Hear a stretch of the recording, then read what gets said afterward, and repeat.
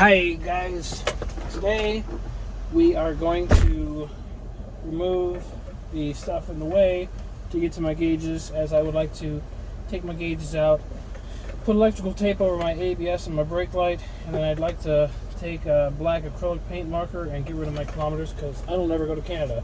So we're going to let you guys watch what you have to do in order to remove the instrument cluster out of a 2003 era Toyota Highlander.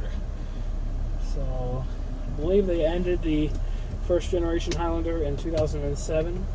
Don't quote me, but I believe so. So the first thing you're going to do is you should use a plastic piece as a pry tool, instead of a flathead screwdriver, but I don't have that, so we're just going to go with the screwdriver. Just got to be really careful. For starters, we're going to remove this fascia right here first. Just get somewhere under it and gently pry up until you can get it with your hands. Might try it from the radio side. Yeah, see, I was already able to do that once. Just work your way on gently pulling it out.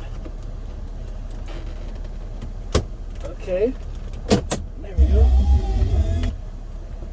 Alright, pretty simple. The hazard light and the seatbelt reminder are in place with that. Next thing I would suggest is lowering your steering wheel. Guess you really didn't have to do this at all. I just thought it was in the way. Grab your hands over here if you can and start to slowly pull it out. Grab into the lips where the gauges are. Okay, so we got two pieces. We got this little white piece right here, and then we got this wood grain piece right here. I don't know why I thought it was a lot harder the last time I did it, but I guess it's not all that hard. Now you're going to want to grab a long Phillips screwdriver. You got one Phillips here, another Phillips here, and you've got a third piece under here that, you got a Phillips here and a Phillips there. So you actually got 1, 2, 3, 4, 5, 6, 7, 8. You got 8 screws that you got to undo. So let's do this one here. Okay, put it in your cup holder so you don't lose it.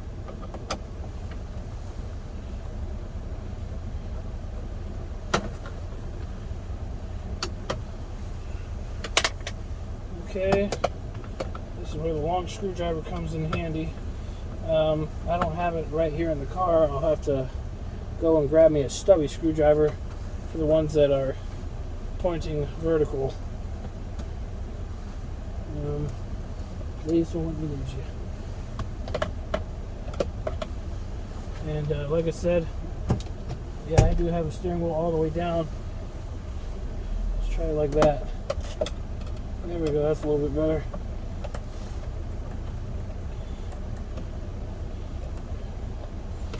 Okay, now is this top one? Do I actually have a screwdriver or screws in there? Yes, I do.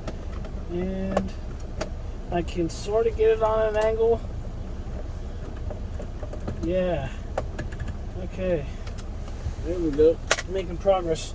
If I didn't say it in the video already, another reason why I'm taking my gauge cluster out is I'm going to put electrical tape over the brake and the ABS light, all because I removed the ABS fuse, so it's tripping the lights for that reason, because the ABS is inoperable. Well, to be honest, we didn't have those lights before we had a VSC, a vehicle skid control light, all because the yaw rate sensor was bad. And to get the proper sensor that you needed to turn the light off was going to be easily over $300, and we weren't about that.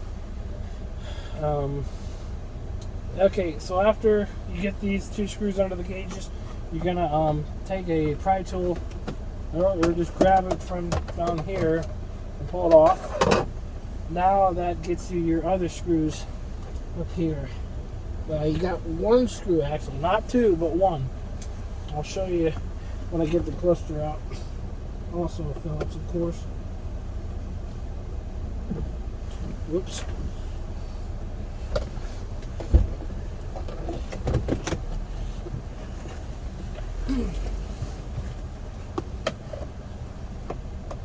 Actually, I do have a shoulder screwdriver.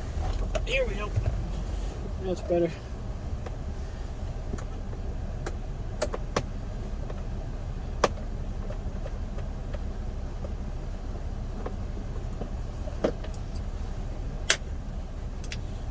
Okay. Okay, sweet. Those two screws at the bottom did not fall off. Okay, now to take your clutch out, you just tilt it and slide it. And at some point, you gotta get to the connectors in the back. You got two connectors. You just push down on the tab and then pull it out.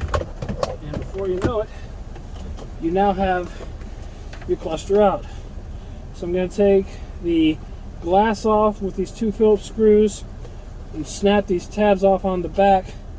And once I do that, without taking the needles off, I'm going to pry the plastic black trim far enough that I can slide a piece of electrical tape and put it behind the ABS and the brake light, that way that doesn't light up. I've already done that with the vehicle skid control, the VSC light, so you'll never see that light ever again.